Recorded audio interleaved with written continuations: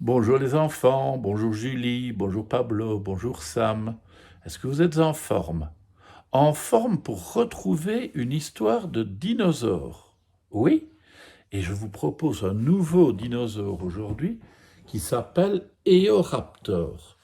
Eoraptor se croit très fort. Aujourd'hui, il fait très chaud et comme la plupart des animaux, les Eoraptors font une grosse sieste. Il n'y a que Matamor qui s'agite. Ohé, les dinos, qui veut faire la course? Je parie que c'est moi le plus rapide. Ça va, soupirent les autres, fiche-nous la paix. Mais c'est plus fort que lui. Matamor a besoin de se faire remarquer. Hop, à quatre pattes. Et hop, sur deux pattes. Et zoup, d'un seul bond, je fais demi-tour. Oui, mais voilà, personne ne le regarde. Puisque c'est comme ça, Matamor va trouver quelqu'un à embêter.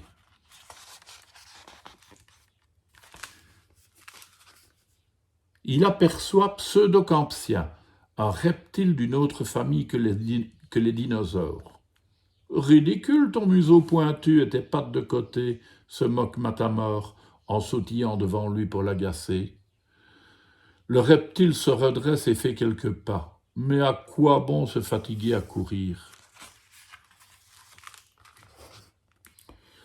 Devant les gros dinos, Matamor n'a peur de rien.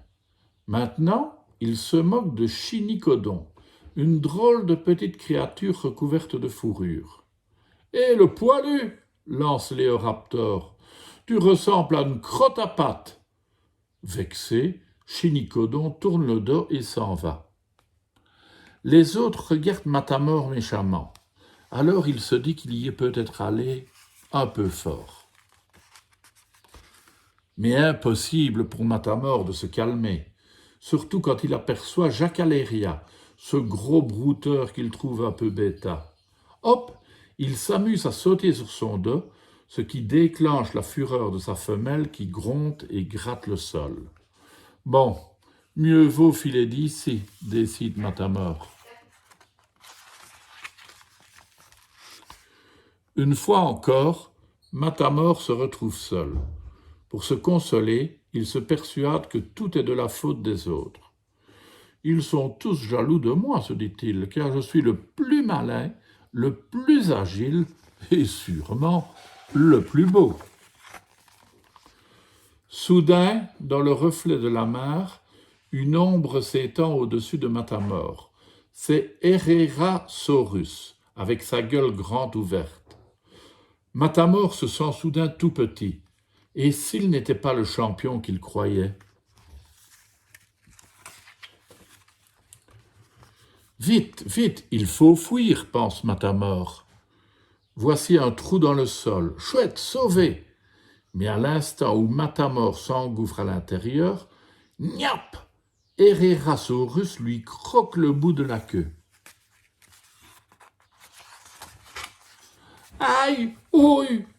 Matamor se tortille et gémit dans le terrier étroit. Oh, mais c'est la maison de Chinicodon. Ce dernier, qui a déjà pardonné la moquerie du matin, tente de le rassurer. Ta queue est juste tordue. Calme-toi, je vais te soigner. Bouh, pleurniche Léoraptor. Je suis devenu moche. Pendant des jours, toute la famille Chinicodon s'occupe du blessé. En contemplant sa queue tordue, Matamor a le temps de réfléchir. Vous êtes très gentil, dit-il, et moi je suis très bête de me moquer de vous et des autres pour faire l'intéressant. Une fois guéri, Matamor est tout heureux de sortir du trou et de retrouver les siens. Bien sûr, les Éoraptors ont remarqué sa petite différence, mais personne n'ose en parler. Ce ne serait pas gentil de se moquer. « Je me suis calmé, dit Matamor. Promis, je ne vous embêterai plus. Mais tout de même, avez-vous remarqué qu'à présent, avec ma nouvelle queue, je suis vraiment unique? Il n'y a rien à faire. C'est plus fort que lui, Eoraptor. Il faut toujours qu'ils se vantent. Et c'est un peu moche les gens qui se vantent. Vous ne trouvez pas? À demain les enfants.